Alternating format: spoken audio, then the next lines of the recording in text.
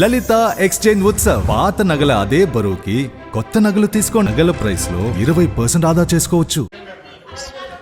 Speaker sir, మాజీ మంత్రివర్యులు హరీష్ రావు గారు 5 సార్లు శాసనసభ్యుడిగా, నా తెలిసక్క లెక్కలు 5 సార్. ఆయన ఏదో దొంగ లెక్కలు కలుపుకొని వేయడని చెప్తుంటాడు, కానీ ఆయన ఎన్నికైందే 2005లా. 2005, 2009, 2014, 2018, 2023. ఇంకా అన్ని రాసుకోండి, బై ఎలక్షన్స్ రాసుకోండి, వాళ్ళ మామ గెలిచినవి కూడా ఆయన దాంట్లో రాసుకోండి, ఏం అభ్యంతరం లేదు. వారు వివిధ హోదాలలో వారు పనిచేయడం జరిగింది. 2014 నుంచి 2018 వరకు వారే సాగునీటి పారుదల శాఖ మంత్రిగా పనిచేసిండ్రు.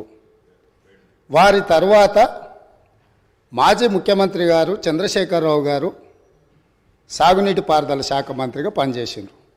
అంటే ఈ 9.5 సంవత్సరాలు వాళ్ళ కుటుంబం తప్ప ఇతరులు ఎవ్వరూ సాగునీటి పారుదల శాఖ మంత్రిగా పనిచేయలేదు.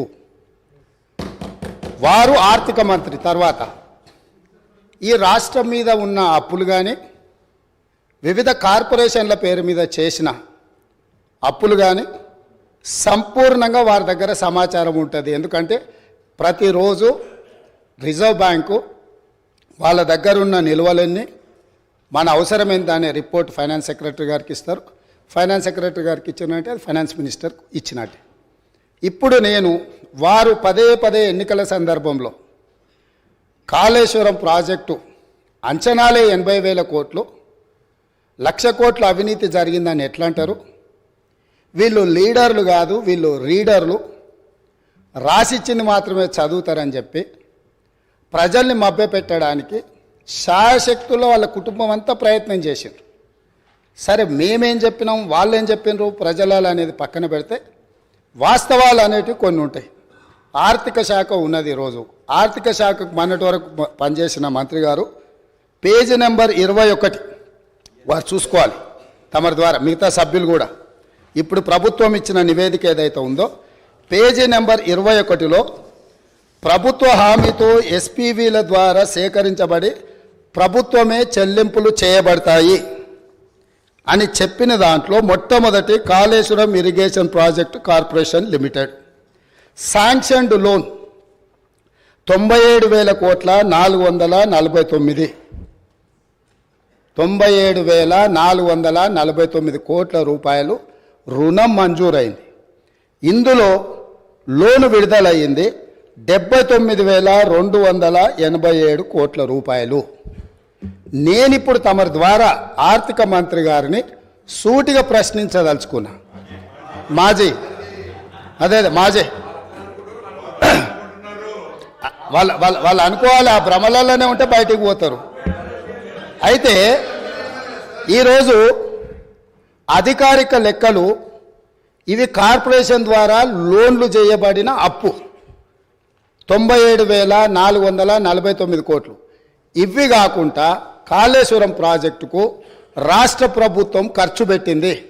వాటి వివరాలను కూడా తీసుకొని మేము ఇస్తాము.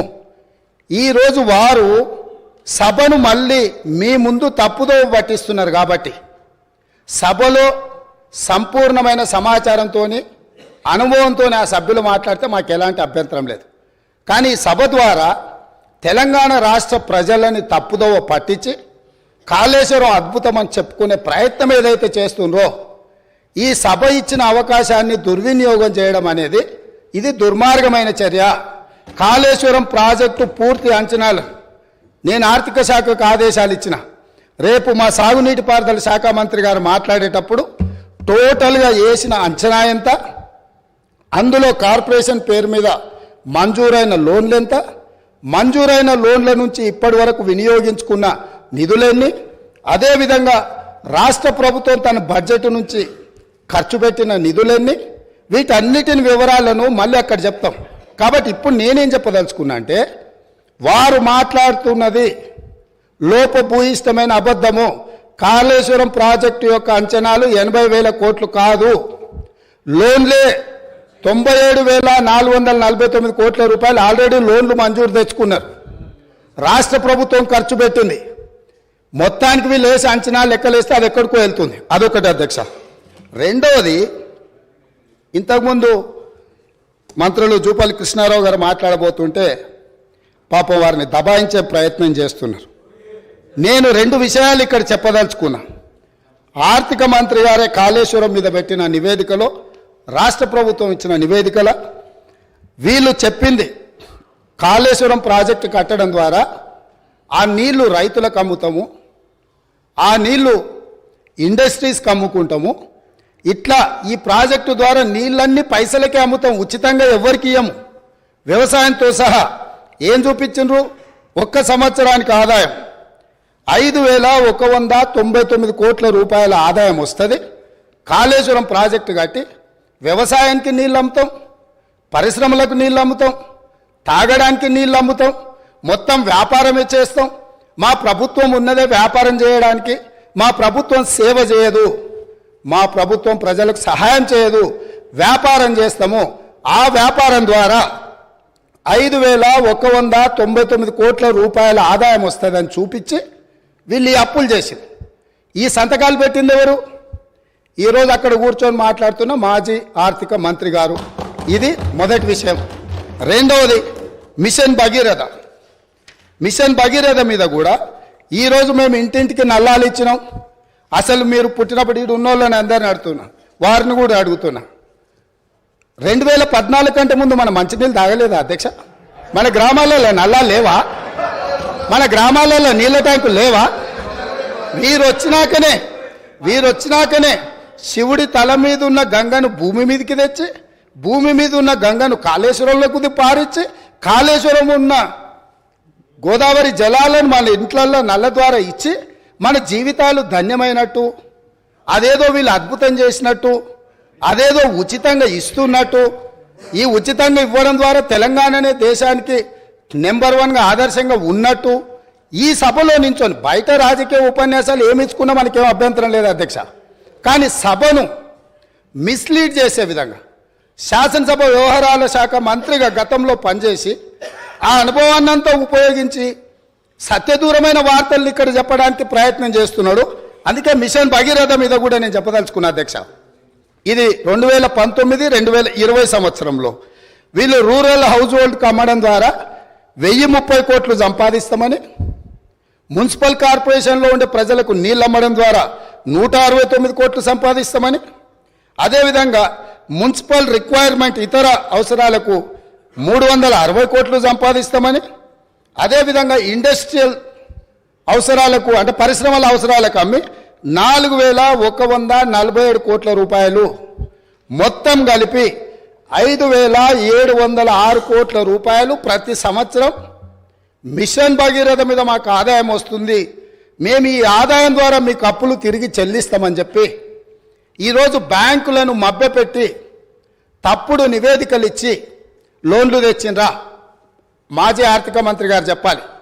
లేదు, నిజంగానే ప్రజల దగ్గర వసూళ్లు చేసి తాగునీళ్లను సాగునీళ్లను వ్యాపారంగా మార్చి, వ్యాపార ఆట వస్తువుగా నీళ్లను మార్చి ప్రజల సెంటిమెంటును, తెలంగాణ ఉద్యమంలో వాళ్ళ పార్టీ చెప్పింది నీళ్లు నిధులు నియామకాలు, నీళ్లే మొదటి సింహభాగం వాళ్ళ ఉద్యమం, వాళ్ళ నాడు వాళ్ళ పార్టీ చెప్పుకున్నది. ఆ నీళ్ల ద్వారా వ్యాపారం చేసి దాదాపుగా ఒక్క కాళేశ్వరం ద్వారానే 5,199 కోట్లు, మిషన్ భగీరథ ద్వారా 5,706 కోట్లు, అంటే 10,800 కోట్ల రూపాయలు రైతులను, పేద ప్రజలను ముక్కువిండి వసూలు చేస్తామని ఈ నివేదికలు ఇచ్చి అడ్డగోలుగా 1,000 కోట్ల రూపాయల అప్పులు తెచ్చి ఇప్పుడు ఈ అప్పులను బయట పెట్టినప్పుడు అవును మా చేతగానితనం వల్ల, మా నిస్సహాయత లేకపోతే అవగాహన లోపం వల్ల ఈరోజు ఇట్లా తప్పు జరిగింది, కాబట్టి దీన్ని సరిదిద్దుకోవడానికి ప్రధాన ప్రతిపక్షంగా ప్రభుత్వానికి సహకరిస్తామని ముందుకు వస్తాము అని మాట్లాడాల్సిన విషయాలను పక్కన పెట్టి ఈరోజు దబాయిస్తున్నారు. ఇంకొకటి అధ్యక్ష, ఇంతకుముందే వారు మాట్లాడుతూ తెలంగాణ టీఎస్ఐఐసి ద్వారా ఏవైతే లోన్లు ఉన్నాయో వాళ్ళే కట్టుకుంటారు, మాకేం సంబంధం లేదు అని, అసలు మేము కట్టాల్సిన పనే లేదని మాజీ ఆర్థిక మంత్రి గారు ఇదే సభలో అక్కడి నించొని చెప్పింది. వారు ప్రవేశపెట్టిన నివేదిక అధ్యక్ష, ఇది నేను ఎక్కడి నుంచి తీసుకురాలే, మా 31 జనవరి 2023 టీఎస్ఐఐసి హడ్కో లోన్లకు వీటన్నిటికీ మేము గ్యారంటీ ఇచ్చి మేము కడతామని చెప్పి వాళ్ళు ఇచ్చిన నివేదిక. అంటే ఈరోజు ఏ కార్పొరేషన్ల ద్వారా లోన్లు తెచ్చినా పర్టికులర్గా వారు టీఎస్ఐఐసికి సంబంధించిన నిధులు మేము చెల్లించాల్సిన అవసరం లేదు, ప్రభుత్వానికి సంబంధం లేదు, వాళ్ళే చెల్లిస్తారు ఏదైతే చెప్పిండో వారు సత్యదూరమైన అంశాలను ఇక్కడ ప్రస్తావించారు. కాబట్టి ఈరోజు వారిచ్చిన నివేదికనే ఇతరులు ఎవరో ప్రవేశపెట్టిండ్రు, వారికి సంబంధం లేదు, వారు చూడలేదు, వారికి అవగాహన లేదు అని అంటే మనకి ఎవరికి అభ్యంతరం లేదు. కానీ వారిచ్చిన నివేదికనే తప్పుదోవ పట్టించి ఈరోజు వారు లేదు లేదు నేను మాట్లాడిందంతా గతంలో చెప్పింది ఒక రకము, ఇప్పుడు చెప్తున్నది ఇంకొక రకం అని చెప్పి వారు మాట్లాడే ప్రయత్నం చేస్తారు. అదేవిధంగా వారు చాలా అద్భుతమైన బడ్జెట్ను ప్రవేశపెట్టినాం, మా అద్భుతమంతా చూసి దేశమంతా మమ్మల్ని ఏమంటారు మమ్మల్ని అనుకరించాలి, అంత అద్భుతమని 2015-16 క్యాగ్ నివేదిక ఏమన్నది అధ్యక్ష? వారి దగ్గర వారు ఆర్థిక మంత్రిగా పనిచేసిన వారి దగ్గర వివరాలు లేవా? దాంట్లో ఏం చెప్పిండ్రు? వీళ్ళు క్యాగ్ నివేదిక ప్రకారం ఆఫ్ బడ్జెట్ అంటే బడ్జెట్లో రాని అప్పులను తీసుకొచ్చి ఆదాయంగా చూపించి మొత్తం బ్యాంకులను ప్రభుత్వ వ్యవస్థలను తప్పుబట్టిండ్రు అని చెప్పి క్యాగ్ నివేదిక స్పష్టంగా ఈ రాష్ట్ర ప్రభుత్వాన్ని తప్పుబట్టింది. ఈ ప్రభుత్వం ఉద్దేశపూర్వకంగా ఆర్థిక సంస్థలన్నిటిని కూడా తప్పుదోవ పట్టించి అత్యధిక వడ్డీతో రుణాలు తీసుకొచ్చి ఈ రాష్ట్రాన్ని అప్పుల కూపంగా తయారు చేసిందని క్యాగ్ నివేదిక 2015-16లో ఇచ్చిన లేఖ అధ్యక్ష ఇది. అదేవిధంగా బడ్జెట్ తయారీలోనే లోపాలు ఉన్నాయని 2018-19లో అసలు మీరు తయారు చేస్తున్న బడ్జెట్లోనే లోపభూయిష్టంగా ఉన్నది, మీ విధానాన్ని మార్చుకోండి, మీ విధానాన్ని మార్చుకోవడం ద్వారా రాష్ట్రానికి మేలు జరుగుతుందని చెప్పి స్పష్టంగా క్యాగ్ మొట్టకాయలు వేసింది ఆనాటి ప్రభుత్వాన్ని. ఇన్ని రకాల వాస్తవాలు ఉన్నా వారికి ఉన్న అనుభవాన్ని అంతా కూడా వినియోగించి అబద్ధాలు చెప్పి ఈ సభను ఈ రాష్ట్ర ప్రజల్ని తప్పుదోవ పట్టించాలనే ప్రయత్నం చేస్తుండ్రో ఇది శాసనసభ వ్యవహారాలు నిర్వహించే మా శ్రీధర్ బాబు గారికి సూచన చేస్తున్నా. సభను తప్పుదోవ పట్టించే విధంగా సభ్యులు ఎవరైనా మాట్లాడితే ఆధారాలు లేని వివరాలను అన్నిటిగా ఆధారాలుగా ఉన్నట్టుగా చిత్రీకరించి సభలో తప్పుడు సమాచారాన్ని ఒకవేళ ప్రవేశపెడితే శాసనసభ వ్యవహారాలలో ఏ రకమైన చర్యలు తీసుకోవాలనో వాటిని ఒక్కసారి పరిశీలించాల్సిందిగా తమరి ద్వారా వారికి నేను విజ్ఞప్తి చేస్తున్నా అధ్యక్ష. మదన్ మోహన్ గారు.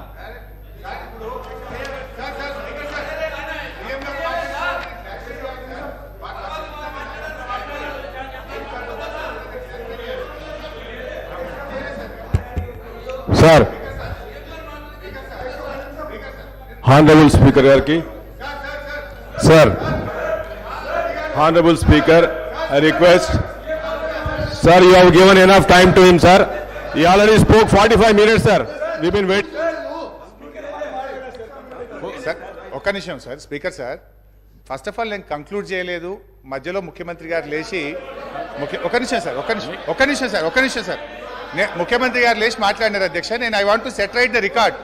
సీఎం గారు నిజానికి నేను సభను తప్పుదో పట్టించలేదు, గౌరవ సభానాయకుడు గారే తప్పుదో పట్టించారు. నేను ఐ వాంట్ టు క్లారిఫై ఏంటంటే అధ్యక్ష ఇవాళ ముఖ్యమంత్రి గారు కూడా వినాలి. నేను అఫ్కోర్స్ వాడిని తప్పనను, కొత్తగా ముఖ్యమంత్రి అయినట్టు టైం పడుతుంది విషయాలు తెలుసుకోవడానికి, నేను తప్పనట్లేదు.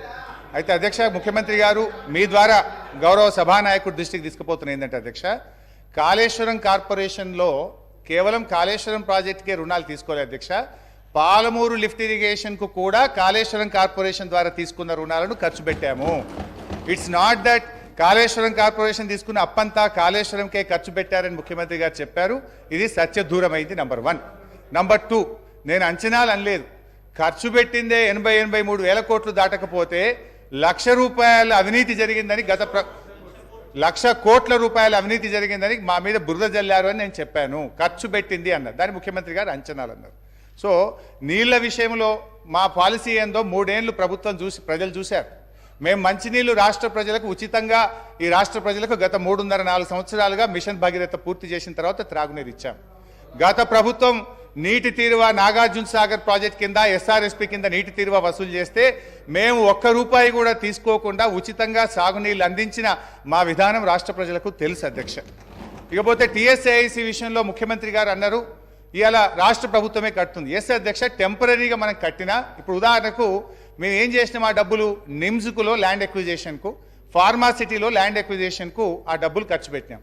ఒకసారి ఇండస్ట్రియలిస్టులకు ఫార్మాసిటీలో భూమిని కేటాయించిన, నిమ్స్లో ఇండస్ట్రియలకు భూమి కేటాయించిన తర్వాత డబ్బులు వస్తాయి టీఎస్ఏఐసికి, then they will give it back to the government.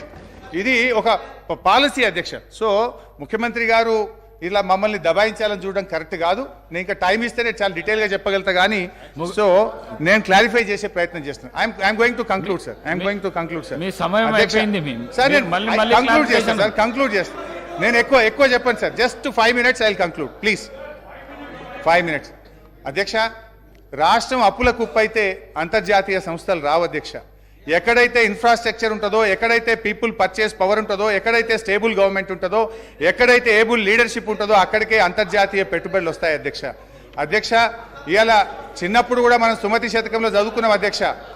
ఎప్పుడు సంపద కలిగినా అప్పుడే బంధువులు వత్తురది ఎట్లన్నన్, దెప్పలుగా చెరువు నిండిన కప్పలు 10,000 చేరుగదరా సుమతి. సంపద వసతులున్న చోటికే కంపెనీలు వస్తాయి, ఉద్యోగ ఉపాధి అవకాశాలు వస్తాయి అధ్యక్ష. నేను ఐ వాంట్ టు కంక్లూడ్ అధ్యక్ష. నేను ప్రభుత్వానికి ఒక విజ్ఞప్తి అధ్యక్ష. I'm just appealing to the government అధ్యక్ష. ఈరోజు ఫైనల్గా నేను గవర్నమెంట్ చేసే అప్పీల్ అధ్యక్ష. ఇలా ప్రజల నిర్ణయం శిరోధార్యం వహించాలి. ప్రజలకు వాళ్ళకి అవకాశం ఇచ్చిండ్రు, మమ్మల్ని ఇక్కడ కూర్చోబెట్టినారు. వి యాక్సెప్ట్ దట్ అధ్యక్ష. నేను ఒకటే అంటే సంపూర్ణ మెజార్టీతో ప్రజలు మీకు అవకాశం ఇచ్చినప్పుడు మీ తెలివితేటల్ని, మీ విజ్ఞతను ప్రదర్శించి నిధులు సమకూర్చుకోండి, రాష్ట్రాన్ని ముందుకు నడపండి. అంతేగాని మమ్మల్ని బదనాం చేయాలని, మమ్మల్ని తిట్టుకుంటూ బతికే ప్రయత్నం చేయొద్దు. ఏమర్థమైతుంది, మేమంటే మీకు అంత భయమా? మమ్మల్ని అప్రతిష్ట పాలు చేస్తేనే మీకు రాజకీయ భవిష్యత్తు ఉంటుంది అన్నట్టుగా మీరు భావిస్తున్నట్టుగా ఇలా ప్రజలు అనుకుంటా ఉన్నారు అధ్యక్ష. మేము మంచినీళ్ళ సమస్య ఇచ్చినాం, ప్రతి బస్తీకి నీళ్ళు ఇచ్చినాం, ప్రతి గ్రామానికి ఇచ్చినాం. మీరు 24 గంటలు మంచినీళ్ళు ఇచ్చి మాకంటే మంచి పేరు తెచ్చుకోండి, శబాష్ అనిపించుకోండి, మేము వద్దంటామా? వి అప్రిషియేట్ అధ్యక్ష. మేము కరెంట్ సరఫరా చేసినాం, నాణ్యమైన కరెంట్ ఇచ్చినాం అధ్యక్ష. మీరు ఇలా ప్రజలకు ఉచిత విద్యుత్ ఇస్తామన్నారు. 90 లక్షల తెల్ల రేషన్ కార్డుదారులకు 200 యూనిట్ల ఉచిత విద్యుత్ కోతలు లేకుండా అందించి ప్రజలకు ఇచ్చిన మాట నిలబెట్టుకునే ప్రయత్నం చేయండి. ఇలా గ్యాస్ సిలిండర్ ఇస్తామన్నారు. ప్రతి తెల్ల రేషన్ కార్డు దారికి సంవత్సరానికి 12 గ్యాస్ సిలిండర్లు ఇచ్చి మీరు ఇచ్చిన మాట నిలుపుకొని ప్రజల్ని ఒప్పించే ప్రయత్నం చేయండి అధ్యక్ష. లాస్ట్ క్లోజ్ చేస్తాం అధ్యక్ష. వ్యక్తులుగా మనం ఉంటాం పోతాం, ప్రజల ప్రయోజనాలు ముఖ్యం. రాష్ట్ర భవిష్యత్తును దెబ్బతీసే పద్ధతి వద్దు. రాష్ట్ర పరపతిని దిగజార్చే దుష్ప్రయత్నాలను మానుకోండి. ఒక చిన్న పుకార్తో స్టాక్ మార్కెట్ కుప్పకూలిన సంఘటనలు చూసాం. మీరు మన రాష్ట్ర ఆర్థిక పరిస్థితి మీద అధికారికంగా పుకార్లు సృష్టించి రాష్ట్ర భవిష్యత్తును ప్రశ్నార్థకం చేయకండి. ఈ శ్వేతపత్రాలు రాష్ట్ర ఆర్థిక ప్రగతికి కోతపత్రాలు అవుతాయి. దేశానికి దిక్సూచిగా ఉన్న తెలంగాణను దివాలా అనే ముద్ర వేయకండి. సంపద ఉన్నది, సమృద్ధి ఉన్నది, వృద్ధి రేటును పెంచండి. మరింత పకడ్బందీగా రెవెన్యూ లీకేజీలను అరికట్టండి, రాష్ట్ర అభివృద్ధిని చేయండి. అంతేగాని ఈ దుర్మార్గకు దుష్ప్రచారాలతోని దయచేసి బురద జల్లే ప్రయత్నం చేయొద్దు. This is my sincere and honest appeal to the government. Thank you.